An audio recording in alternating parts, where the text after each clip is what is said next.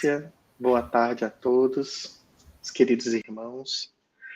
Esse é um tema muito importante e é um tema muito carinhoso ao nosso coração, na medida em que entendemos a necessidade de compreender a transformação em que vivemos, as constantes transformações em que vivemos, e perceber a necessidade de continuar preservando, de continuar cuidando, seja do nosso planeta, sejam dos seres que aqui habitam, sejam das pessoas com quem convivemos e com quem amamos. E foi com muita alegria, né, que a gente recebeu esse convite da FEAL para realizar esse estudo. E a gente, ao longo do período de preparação, nós realizamos alguns estudos, algumas leituras específicas sobre a preparação e a combinação desse tema, e nos deparamos com várias contribuições muito interessantes de Joana de Ângeles acerca da temática da preservação, do cuidado com o planeta Terra, e a gente resolveu empregar aqui essas pequenas pérolas de luz que Joana de Ângeles nos entregou, nos legou, sobre esse assunto para motivar as nossas discussões, o nosso bate-papo, a nossa conversa dessa tarde de hoje, né? É claro que, além desse conteúdo aqui apresentado, que nós vamos apresentar agora, também existe a possibilidade de se aprofundar muito mais. Existem conteúdos dentro da doutrina espírita que são muito reveladores acerca da preservação do planeta Terra, acerca dos assuntos que estão relacionados com ecologia e meio ambiente. Além disso, né, a nossa literatura sobre o tema também é bastante vasta, e a gente tem estamos recebendo contribuições, né, de vários autores, de vários estudiosos sobre essa temática. Mas o ponto específico que nos cabe conversar hoje é sobre essa ideia de preservação do planeta Terra. Só que eu vou já começar dizendo, né, preservação do nosso lar. Eu acho que esse é o ponto mais importante que nós precisamos enfatizar, porque chamar o planeta Terra, dar a dimensão de planeta Terra, às vezes é muito difícil para seres humanos tão pequenos que somos, né, em relação à grandiosidade desse planeta, a grandiosidade do universo como um todo. Fica muito difícil da gente entender as dimensões do planeta Terra, dada a sua dimensão, dada a sua constituição, como que o planeta se organiza, como que as coisas aqui foram formadas, né? E a ideia de trazer essa constituição de planeta Terra para uma escala humana nos faz refletir sobre o cuidado com a nossa casa, o cuidado com o nosso lar, o cuidado com as pessoas que nos rodeiam, as pessoas que estão próximas de nós, a nossa família, os nossos amigos, as pessoas que estão conosco. Então, a constituição de uma reflexão, de um pensamento sobre a preservação do meio ambiente, a preservação do planeta Terra, passa, do ponto de vista espírita, pela preservação, pela conservação do nosso lar, porque é aqui que vivemos. Essa é a nossa casa. É aqui que habitamos no universo, esse pequeno pontinho de luz que fica junto do Sol, rodeando a Via Láctea, trazendo para todos o conforto da luz do sol, do meio ambiente, dos ventos, das águas, das florestas, todos esses elementos de constituição da natureza que fazem com que vivamos, tenhamos essa plenitude de vida, especificamente a vida material, e construamos as nossas relações humanas, né? Toda a sociedade humana habita a Terra. Todas as famílias estão juntas no mesmo meio ambiente, né? Por mais que esse planeta seja gigante e que tenha aspectos distintos na sua natureza, nas suas várias regiões geográficas, todos nós estamos conectados. Todos nós dependemos uns dos outros e dependemos, sobretudo, da Mãe Terra, né? Dessa grande acolhedora, dessa grande casa acolhedora que nós habitamos. Então, nós escolhemos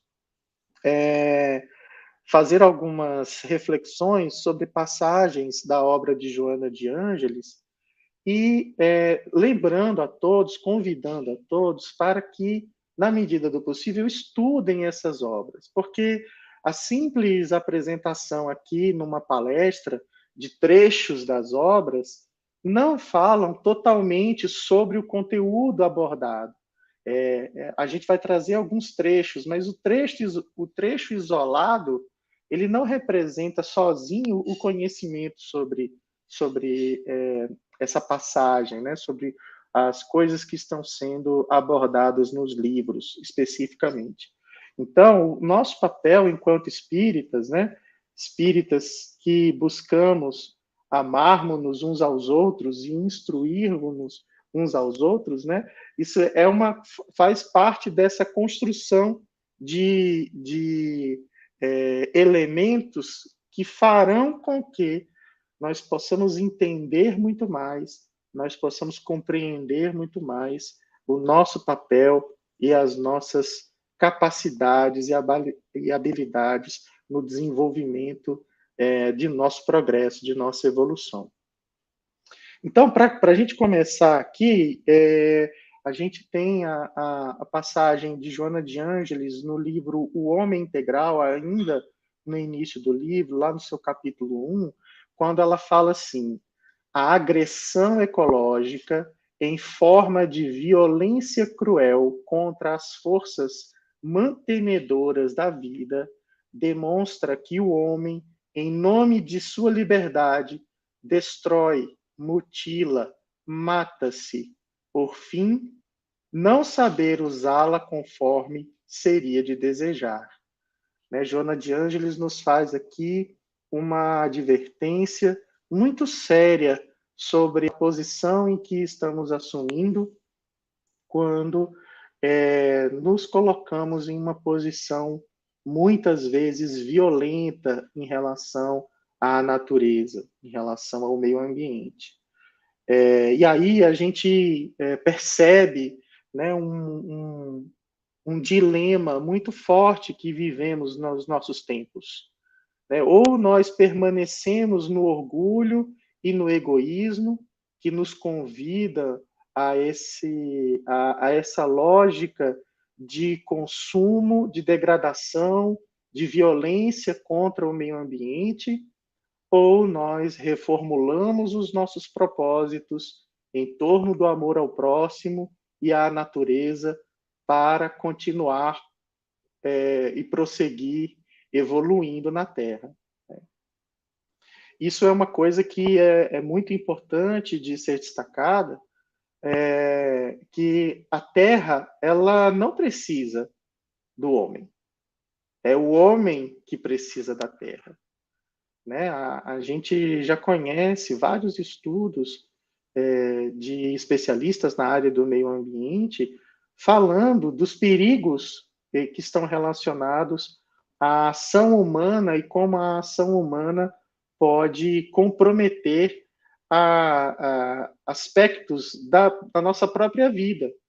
né? E a gente percebe que a degradação do meio ambiente ela pode gerar problemas, obviamente, né, para o meio ambiente, como nós temos percebido, em torno da nossa própria vida, né? As notícias chegam ao nosso conhecimento de situações muito dramáticas que estamos vivenciando em relação ao meio ambiente.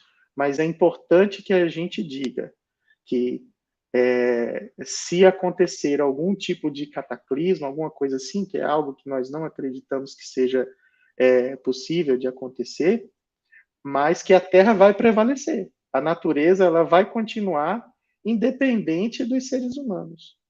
Né? Nós somos seres, embora a nossa população seja muito vasta e a nossa capacidade de ação seja muito forte e relevante dentro da natureza, e daí a nossa responsabilidade e o nosso cuidado com o meio ambiente, mas nós somos fracos, nós somos muito pequenos. Né? Se a natureza assim decidir, ela prevalecerá. Né? Então, é o nosso papel enquanto seres que precisamos continuar no nosso lar, continuar nessa terra para evoluirmos, para conquistarmos nossas,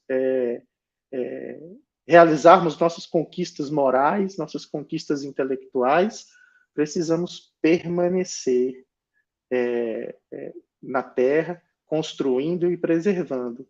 Mas, e aí, fundamentalmente, mudar a nossa lógica, mudar o nosso jeito de pensar.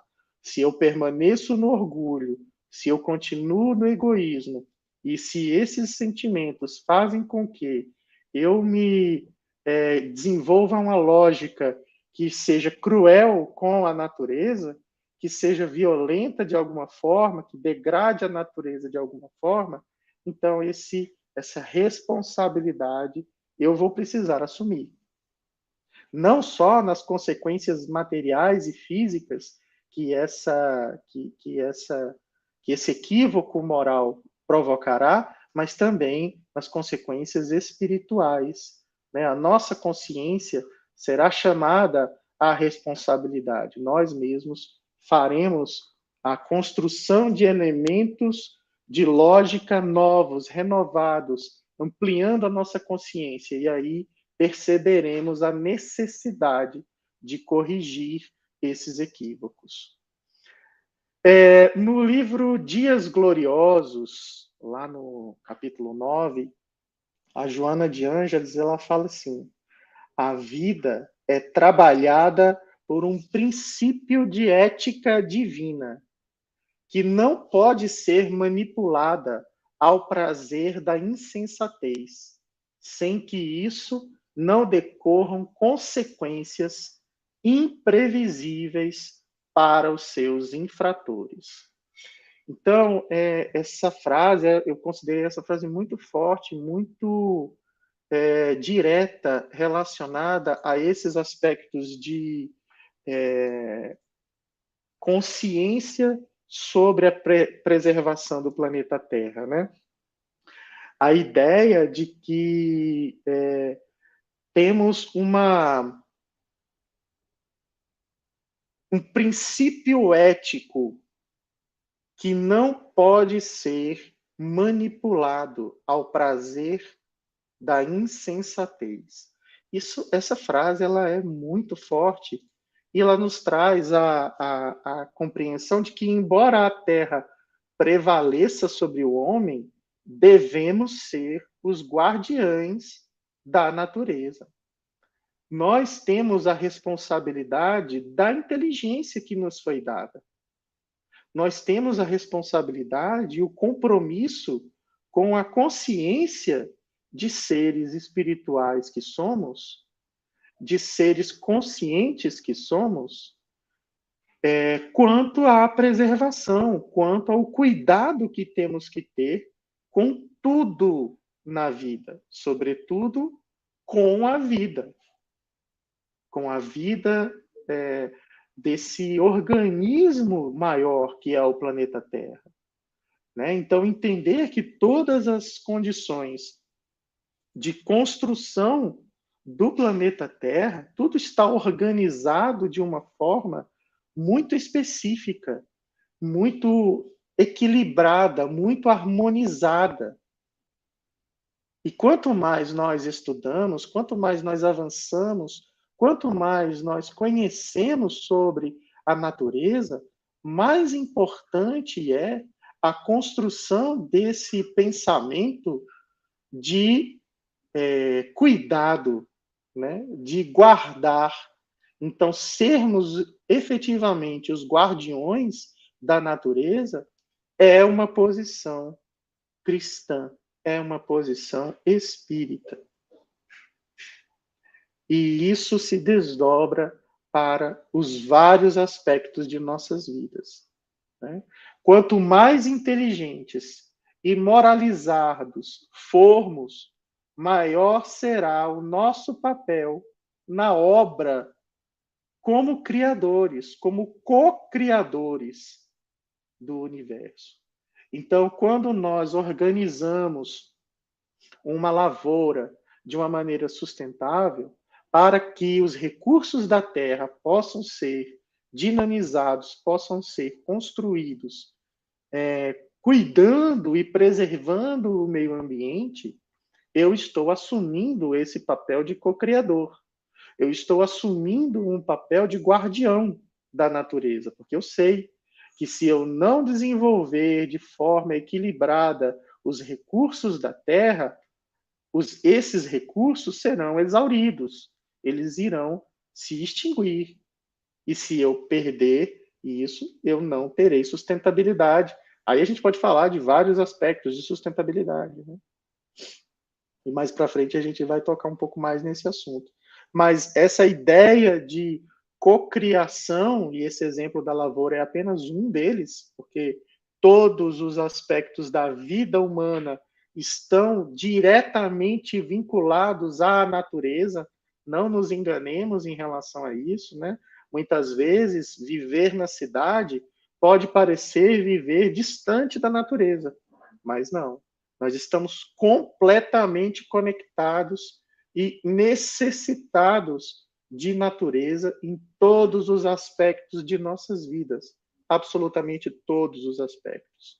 Né? E nós podemos avaliar o nosso grau de amadurecimento através dos resultados que geramos. Então, basta observarmos, né? Como anda a higiene da minha casa, como andam os cuidados com a minha rua, com o meu bairro, como é que está o meio ambiente aonde eu estou vivendo, diretamente, imediatamente relacionado.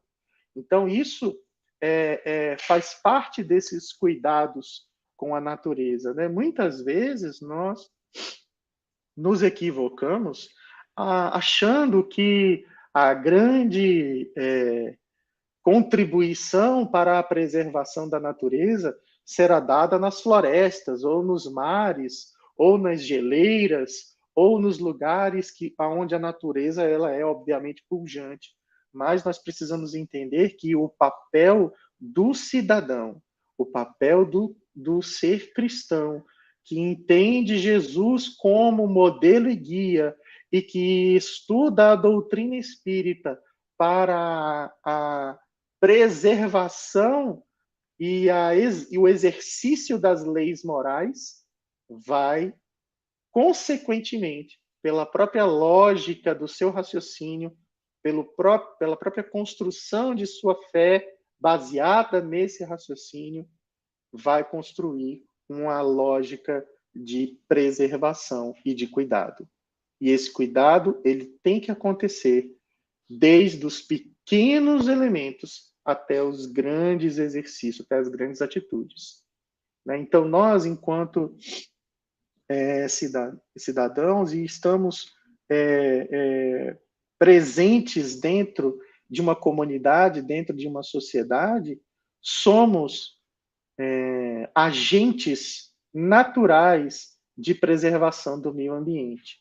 Seja o meio ambiente imediatamente conectado a mim, da minha casa, do meu lado, do meu quintal, da minha vizinhança, né? Até os elementos mais relevantes e mais importantes da grande comunidade que nos abriga.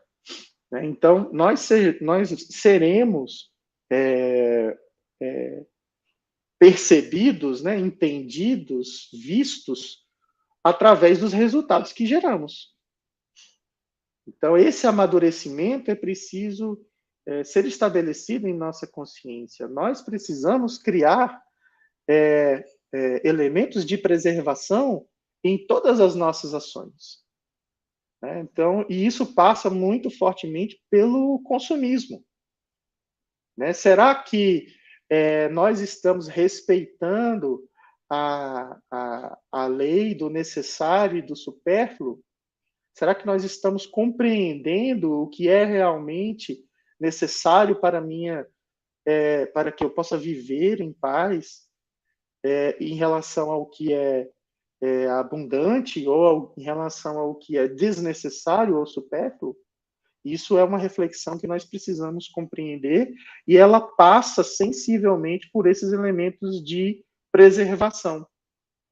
Porque o consumismo irracional, ele conduz a grandes desperdícios e a grandes elementos de destruição. Então, é muito mais efetivo, da nossa parte, ao nosso ver, nós realizarmos conscientemente processos de entendimento e de consumo mais conscientes do que ficarmos preocupados com coisas que estão muito distantes da nossa realidade.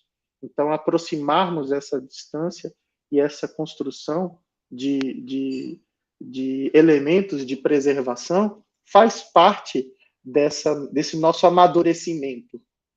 Eu preciso consumir melhor, eu preciso ser mais equilibrado nas minhas formas de consumo, eu preciso ter consciência do que é a transformação e o impacto das minhas ações sobre o mundo, sobre tudo aquilo que está acontecendo.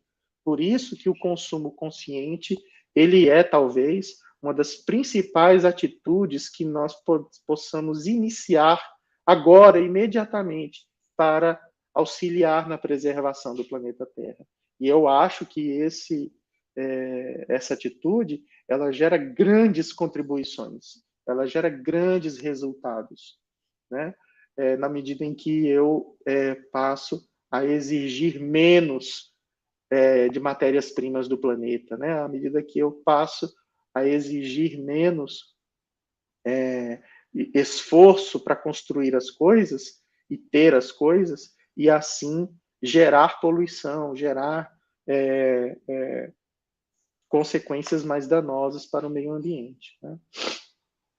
Continuando aqui, a gente tem no livro Após a Tempestade, também de Joana de Ângeles, lá no capítulo 3, ela dizendo assim: o programa para o saneamento de tão perigoso estado de coisas, isso relacionado ao meio ambiente, isso relacionado a esse saneamento da vida ambiental, dos elementos da natureza, já foi apresentado por Jesus. E ela chama Jesus de o sublime ecólogo, em que a natureza, preservando-a, abençoando-a, e que dela se utilizou para apresentar os métodos e técnicas para a felicidade.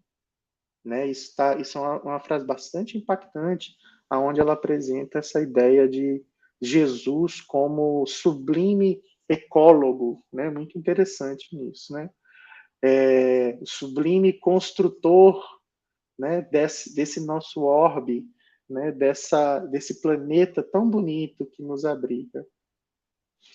E aí a gente tem assim, a dimensão do que é essa construção divina, a partir das mãos de Jesus, a partir do entendimento dele enquanto artista divino, né? Enquanto construtor divino, ele colocando as suas impressões de beleza sobre o planeta Terra, cuidando para que cada elemento do planeta Terra fosse formado, fosse elaborado com harmonia, com beleza, com um senso estético maravilhoso, né? Basta que a gente saia aqui e olhe para fora aqui de nossas casas e perceba a beleza maravilhosa que existe nos céus, né? Nos lagos, nos rios, nas praias, nos mares, né? Nas florestas e tudo mais. E a gente fica imaginando, né? Como que deve ter sido todo esse processo de construção, né? Nesses bilhões e bilhões de anos que foram necessários para a formação da vida na Terra, para a organização do meio ambiente, para a harmonização dos elementos que fizeram com que a Terra fosse construída. A gente percebe os elementos de transformação e de renovação que foram sendo elaborados e congregados de uma forma tão forte, de uma forma tão sublime, né, por Jesus e os seus colaboradores espirituais, obviamente, né? Vocês terem uma ideia, né? Foram necessários centenas de milhões de anos para formar os oceanos, né? A gente está falando aqui pela FEAL e imaginando aquelas praias lindas lá de Maceió e de Alagoas, aqueles lugares tão maravilhosos e aquela vastidão de mar, aquele oceano tão lindo que nos abriga, centenas de milhões de anos necessários para formar, né? Uma das teorias científicas que considera a formação dos oceanos, né, dizem que foram necessários aproximadamente 40 milhões de anos de chuvas de asteroides para formar a quantidade de água que nós temos hoje na Terra, né? Cada asteroide poderia conter, em média, algumas gotas somente de água. Então, imagina quantos asteroides não devem ter caído aqui na Terra para formar os oceanos. Isso dada uma das teorias sobre a formação da água, né? Plantas e animais sendo criados e recriados ao longo de eras. E a gente percebe, né, que muitas vezes a própria formação dessa profusão de criação, ela foi sendo gerada a partir de processos que, para nós, assim, enquanto conhecedores, enquanto estudiosos desses momentos geológicos da Terra, a gente percebe como se fosse uma extinção, como se tivesse acontecido um processo natural que gerasse uma grande extinção em massa de vida na Terra. Mas, na verdade, o que os espíritos nos explicam é que são processos de renovação dos elementos da vida, da constituição da vida, da organização da vida. Então, a gente tem, por exemplo, né, um processo de renovação, né, melhor dizendo, que ocorreu há 445 milhões de anos atrás, onde quase que a totalidade dos corais, dos recifes de corais, foram mortos, né? Quase toda a vida marinha que existia na época foram mortos, né?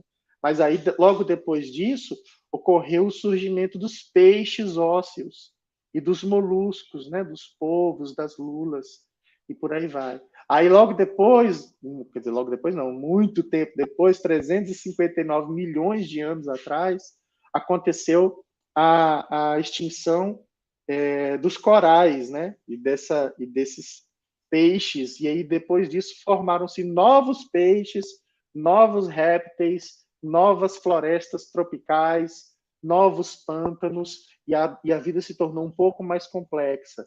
Depois, 96% das espécies marítimas e 70% das espécies terrestres foram perdidos, né, no que eles chamam de a extinção do Triássico, que foi 252 milhões de anos atrás. Foi quando surgiram, logo depois, os dinossauros e os mamíferos primitivos. Então, a gente percebe que, para cada elemento que parece destruição, ocorre uma renovação, ocorre uma transformação, ocorre uma evolução de elementos da vida, né, da constituição da vida. Então, a gente precisa ter na consciência, no nosso entendimento espírita, a percepção de que esses processos que estamos eventualmente vivenciando são processos que precisam ser encarados como processos de renovação. Mas eles não podem ser tirados da nossa responsabilidade enquanto co-criadores. E se entendemos Jesus como o grande ecólogo, como aquele que constrói todo esse processo, como aquele que faz toda a transformação da vida para a construção de elementos da natureza, nós podemos ser participantes dessa cocriação. Nós somos convidados por Jesus a sermos também ecólogos de nossas próprias vidas, a sermos também ambientalistas naquilo que fazemos, na forma como consumimos, na forma como atuamos para a transformação de nós mesmos e, consequentemente, da realidade que nos cerca. Então, todo esse aparato de conhecimentos geológicos e biológicos e ecológicos que nós temos hoje amplia a nossa consciência. E ampliando a nossa consciência, amplia a nossa responsabilidade para com o meio ambiente. A gente tem uma ideia, a construção de aspectos da nossa vida foi preparado ao longo de séculos para que aquela configuração específica, aquela organização específica da geologia da Terra, da natureza da Terra, existisse para que pudéssemos estar presentes, para que pudéssemos estar atuando em nossa própria evolução, né? Nesse teatro maravilhoso que é o planeta Terra, né? Então, para vocês terem um exemplo, né? Há mais ou menos 6 milhões de anos, o continente europeu e o continente africano, eles eram separados, eles eram completamente separados. E existia um mar ali que conectava o Atlântico com o Oceano Índico diretamente, era chamado de Mar de Tétis, era o nome desse mar, né? Os geólogos deram esse nome. Aí a colisão entre a Europa com a África fez com que começasse a surgir um novo mar, né? Que ali a gente depois vai conhecer ele como o Mar Mediterrâneo. Mas as águas elas ficaram se elevando e baixando ao longo de vários milhões de anos, né? E aí, às vezes, você não tinha naquela região nenhum tipo de conexão com o mar, secava tudo, né? E às vezes enchia novamente. A última vez que isso aconteceu, né, foi quando surgiu o Estreito de Gibraltar, né, há cerca de 5,3 milhões de anos atrás. E o evento que encheu o mar Mediterrâneo, porque assim, o Estreito de Gibraltar, ele se partiu, né, ele se separou, ao longo do tempo ele foi se separando, né, abrindo ali a abertura do mar Mediterrâneo, né, entre a Espanha e o Marrocos, né, fazendo ali o distanciamento entre a região da Espanha em Gibraltar e do Marrocos, e a água do Oceano Atlântico caiu, foi se derramando sobre o mar Mediterrâneo, né? O que seria no futuro ali o mar Mediterrâneo, né? Pra vocês terem uma ideia, esse processo de enchimento do mar Mediterrâneo durou entre 900 e 1.500 anos, com a vazão de água equivalente a um rio Nilo por segundo.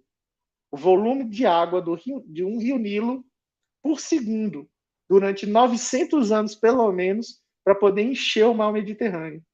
E assim surgiu o palco, né, da vida ocidental. Assim surgiu ali aquele berçário da sociedade ocidental, né, onde tantas histórias aconteceram, aonde a sociedade egípcia se desenrolou, aonde os hebreus viveram, né, à margem do mar Mediterrâneo, aonde gregos, romanos e tudo aconteceu, né? Do mesmo jeito, na Ásia, ali, antigamente não existia a conexão entre a Índia e a Ásia. A Índia era como se fosse uma ilha gigante separada da Ásia. Quando a Índia ela se chocou com a Ásia, né, começou a fazer um levantamento. Esse choque foi provocando, né, uma elevação de terra, que são as cordilheiras do Himalaia, né? E aí a gente tem ali uma profusão de crescimento, né, de terra maravilhoso, né? O Everest, né? A maior montanha do mundo, o K2, né? A segunda maior montanha do mundo, estão situadas ali, elas continuam crescendo, porque esse choque entre as placas tectônicas continua ocorrendo ali. E foi a partir dessa criação, né, das cordilheiras do Himalaia que surgiu o palco da vida oriental, né, onde se desenvolveram as maiores populações do mundo na atualidade, né, dos chineses, dos hindus, né, do pessoal ali da Ásia, próxima da Austrália, né, Bangladesh, toda essa região, os japoneses. Então, a gente tem a construção de elementos naturais que são grandiosos, às vezes difíceis da gente ver, da gente compreender, tamanha a dimensão, né, disso. Nós temos, na atualidade, 1.500 vulcões em atividade na Terra, né? Milhares de tipos de formações rochosas, de cristais, mais de 6.000 tipos de vírus, mais de 10.000 tipos de bactérias, mais de 140.000 tipos de fungos. Nós temos entre 500 mil e 1 milhão de espécies de plantas, sendo que 390 mil dessas espécies são conhecidas. Apenas 390 mil espécies de plantas são conhecidas, de tudo que a gente já viu. Mas imagina o quanto que não tem ainda para a gente descobrir, né? 250 mil espécies só da vida marinha, só de espécies de vida marinha. E nós só conhecemos 20% dos oceanos. Nós conhecemos quase nada dos oceanos. Nós conhecemos menos dos oceanos do que do espaço, para a gente ter uma ideia, né? 1,7 milhão de espécies animais terrestres. Olha só, gente, que riqueza, né? Que coisa maravilhosa. Então, a gente tem uma profusão de vida, né? Uma profusão de amor sendo construída e sendo renovada por Jesus, pelos espíritos guardiães e por todos aqueles que constroem a vida dentro da Terra, né? E quantos milhões de seres humanos? Já somos 8 bilhões de espíritos encarnados, né? De seres humanos na Terra nesse momento. Em 2050, seremos 9,7 bilhões de espíritos encarnados, né? Quantas histórias, quanta vida, quanta necessidade, quantos elementos são necessários para que nós tenhamos a consciência de que precisamos cuidar uns dos outros. Quando que o egoísmo e o orgulho será finalmente posto de lado para que a fraternidade, para que a construção de uma realidade mais justa e mais pacífica possa contribuir com a nossa própria vida. Esses são aspectos muito importantes da preservação da vida da Terra. Muito do que se faz em torno da degradação por poluição ou por consumo de recursos naturais é feito em função de pobreza. É feito com exploração de pessoas. Então, quando nós construímos uma realidade nova, quando nós percebemos que o nosso consumo ele pode ser transformado para uma questão de necessidade e não para uma questão de esbanjamento, nós estamos contribuindo para o fortalecimento de uma fraternidade. Mas nós não podemos fazer isso negligenciando a vida e o sofrimento e as necessidades dos outros. Talvez um dos maiores papéis, uma das maiores formas de nós contribuirmos com a preservação do planeta Terra seja a extinção da fome, a extinção das necessidades materiais das pessoas. Uma vez que nós construamos uma posição de maior fraternidade uns com os outros, nós estaremos construindo elementos de preservação. Lá no livro Leis Morais da Vida, de Joana de Ângeles, quando ela fala sobre a importância do amor nessa preservação, né, nesse contato com a vida e com a vida material, né?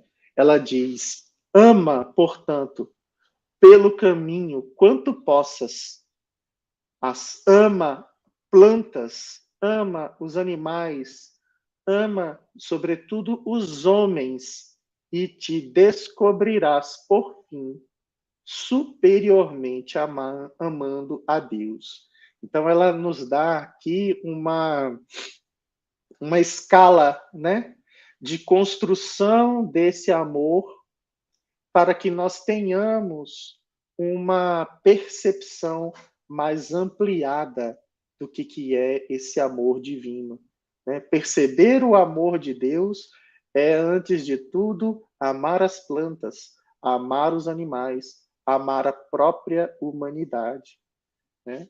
E aí a gente vai entender que a sustentabilidade ela emana de Deus. Toda a sustentabilidade emana de Deus, pois que Deus é a causa primária de todas as coisas. Deus sustenta a natureza. Deus é a causa primária da natureza. E ele continua sustentando. Ele não fez a criação lá no passado e deixou de criar, e permanece sem criar. Ele continua criando e sustentando. Então, Deus é a sustentabilidade mais básica que nós podemos enxergar, que nós podemos raciocinar. Então, toda a sustentabilidade emana de Deus. E aí nós estamos falando da sustentabilidade ambiental, que é da própria natureza, da sustentabilidade sociocultural, daquela em que estamos vivendo em comunidade, da sustentabilidade material e econômica, que está relacionado à nossa construção de raciocínio sobre consumismo, sobre necessidade, sobre abundância, sobre escassez, sobre o que é supérfluo ou não, e sobretudo, a nossa sustentabilidade emocional. Eu acho que nós temos que colocar esse termo para debate e para estudo dentro da doutrina espírita. Como que a sustentabilidade ela se desdobra em todas essas esferas, na esfera ambiental, sociocultural, material e emocional. Né? Como que a construção de um homem de bem, de um homem integral, de um homem em paz e consciente de suas necessidades e de suas capacidades pode transformar o mundo em sua volta e pode assumir uma postura de preservação e pode manter a sua saúde mental de acordo com as suas capacidades, de acordo com o seu sentimento, de acordo com o seu entendimento sobre a vida e como participante dessa construção de natureza, dessa construção ambiental que todos nós estamos inseridos. Então, os recursos para Deus são infinitos. Que nós saibamos aproveitar e amar a natureza. O universo inteiro será sempre insuficiente para aqueles que permanecem presos ao egoísmo, pois a vida só se dá para quem se der. Nós precisamos aprender a nos doar, a doar de nós mesmos para construirmos algo de melhor e de mais pacífico sobre as nossas vidas. Não adianta se ter todos os recursos disponíveis se no meu egoísmo, se no meu orgulho, se na minha inveja, se na minha ganância, eu precisar e olhar somente para mim mesmo.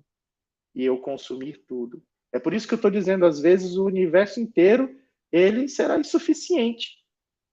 Só que a magnitude da construção divina, ela é tão forte, ela é tão sublime, ela é tão magnífica, que nós percebemos essa infinitude de recursos, né? Essa capacidade infinita de geração de elementos. E aí é óbvio, né, que eu não estou falando somente da Terra, eu estou falando de todo o universo e das nossas capacidades espirituais, sobretudo, das nossas capacidades de transformarmos a nossa realidade pelo conhecimento, pela vontade genuína de transformar para o bem as comunidades às quais estamos inseridos, né? Então, na hora que nós arrojamos de nós mesmos o amor, na hora que nós colocamos esse amor em ação através da caridade, é que nós estamos construindo um manancial imperecível de recursos para todos nós, né? Para o compartilhamento, para a cooperação, para a utilização em comum, para o mutualismo. Né? Nós não podemos viver sozinhos. Não existe vida solitária que seja uma vida produtiva. Para que nós estejamos em comunhão com Deus, precisamos estar em comunhão com o nosso próximo. Então, o útil e o necessário, eles serão sempre mais organizados e mais benfazejos do que a posição do consumismo exacerbado. Essa posição do consumismo talvez seja a nossa maior necessidade. Essa posição de assumir uma postura diferenciada sobre o que temos seja o nosso trabalho inicial, né? Aquela primeira restrição que nós temos que cumprir para poder fazer outras coisas. Né? Então, vamos fazer um exemplo aqui. Quantas roupas nós temos? Quanta comida nós jogamos fora? Né? O que estamos desperdiçando para viver da forma como nós vivemos? Será que o que nós comemos, será que o que nós vestimos, será que o que nós utilizamos e temos é sempre útil? Ou está na plena medida daquilo que necessitamos? ou existe algo de supérfluo em nossas vidas?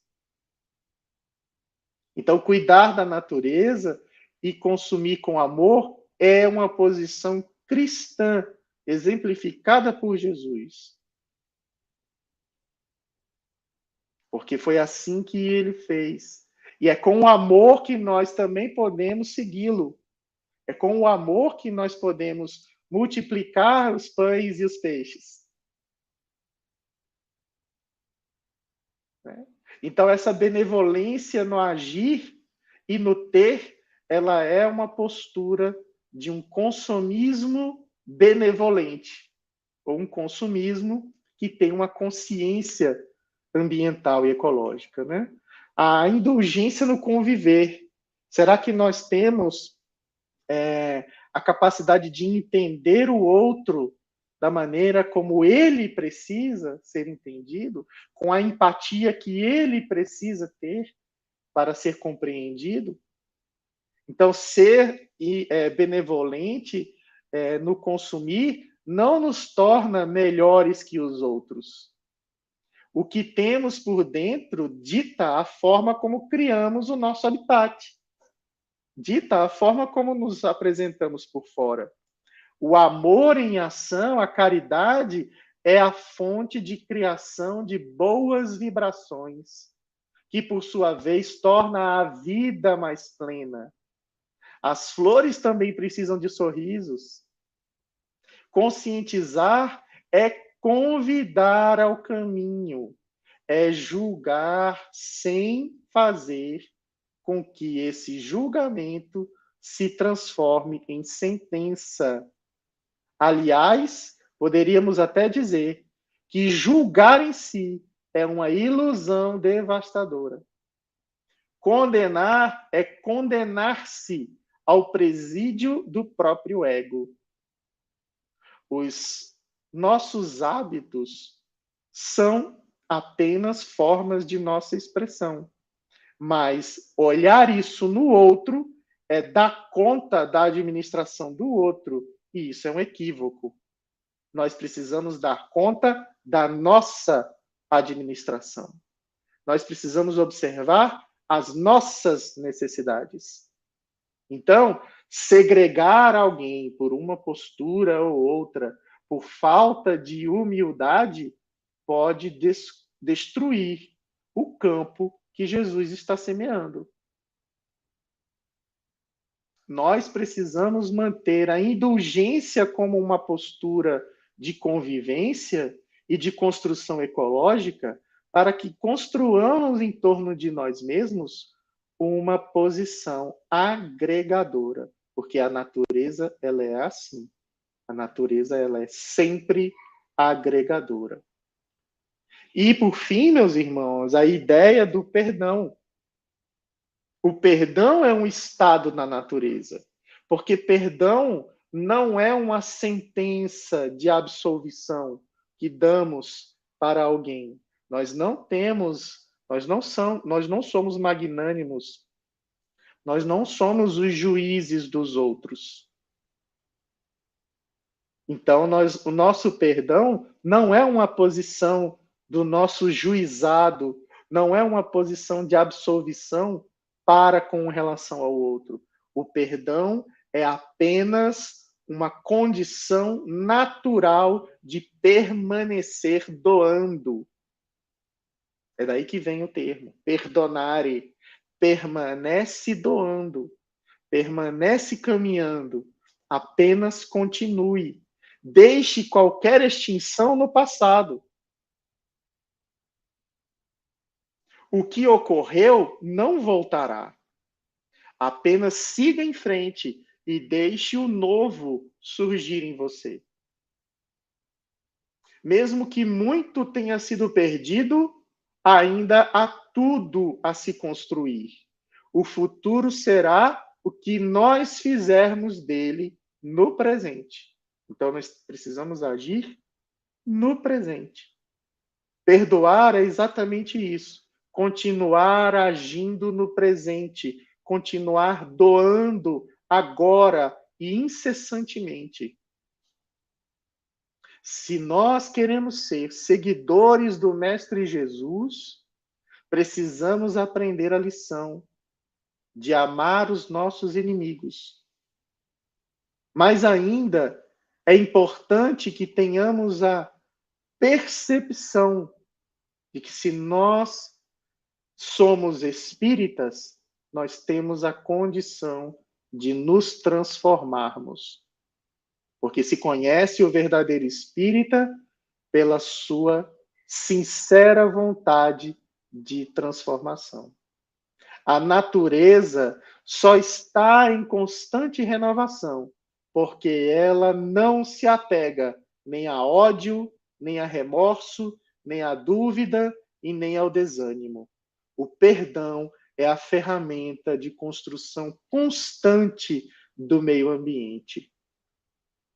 E aí, meus queridos, terminando esse nosso bate-papo de hoje, nós entendemos que há uma postura que talvez resuma ou reúna todos esses elementos aqui colocados. Talvez haja uma forma de compreender tudo o que nos acontece em a natureza e haja um jeito de expressar todos os elementos de comunhão, sobretudo aqueles que nós desejamos desenvolver para a nossa evolução. E em relação à preservação do meio ambiente, é uma gratidão. Esse, sim, é o grande elemento que nós podemos observar e ativamente realizar para preservar a natureza. Quando estamos em posição de gratidão a Deus e à natureza, nós cuidamos do nosso meio ambiente. Quando estamos conscientes da grandiosidade que nos abriga, da beleza infinita que nos abriga e que está conosco todos os instantes, nosso sentimento de gratidão, ele é presente e ele se fortalece. E talvez a expressão dessa gratidão mais singela que nós possamos oferecer a Deus e aos espíritos benfazejos que contribuem com o trabalho de preservação da Terra e a Jesus, que foi o sublime construtor, seja o hino à gratidão. Então, a gente vai deixar vocês agora com uma música de Mário Lúcio e de Djavan, hino à gratidão. E sobre eles a gente deseja muita paz a todos nessa semana.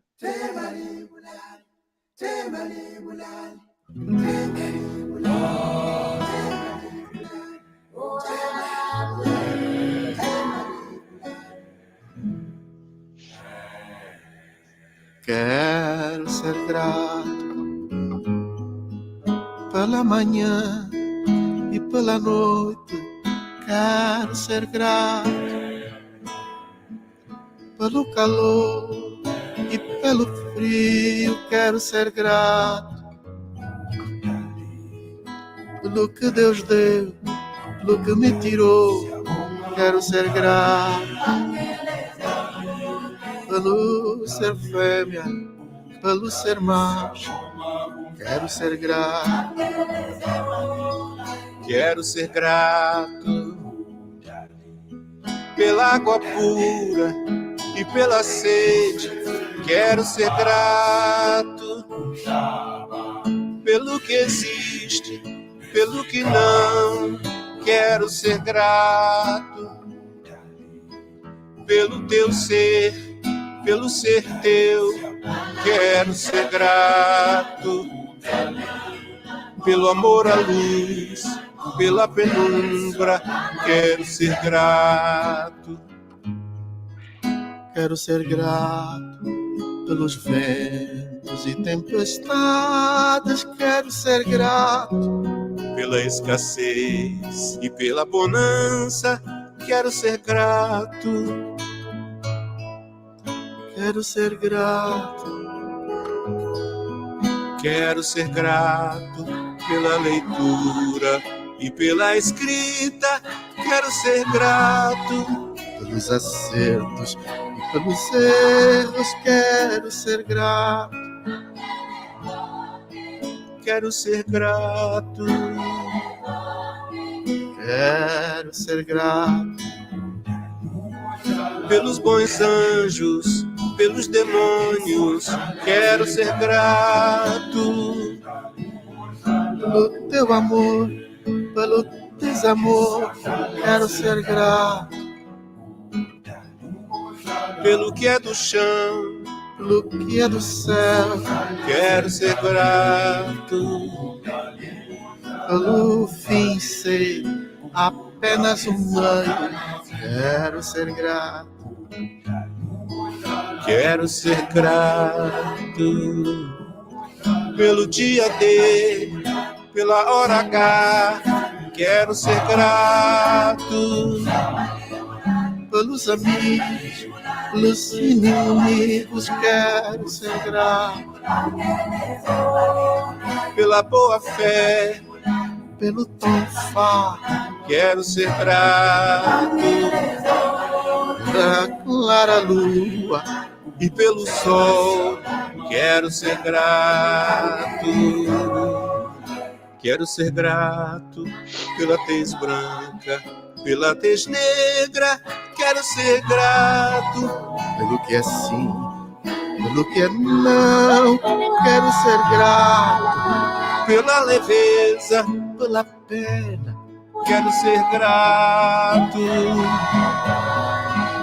Quero ser grato pelo estar triste, pelo contente. Quero ser grato pelo paraíso e pela terra. Quero ser grato pelo peito, pelo respeito. quero ser grato No dia que vem, pelo dia em que irei, quero ser grato pelo ser todo e por todo ser.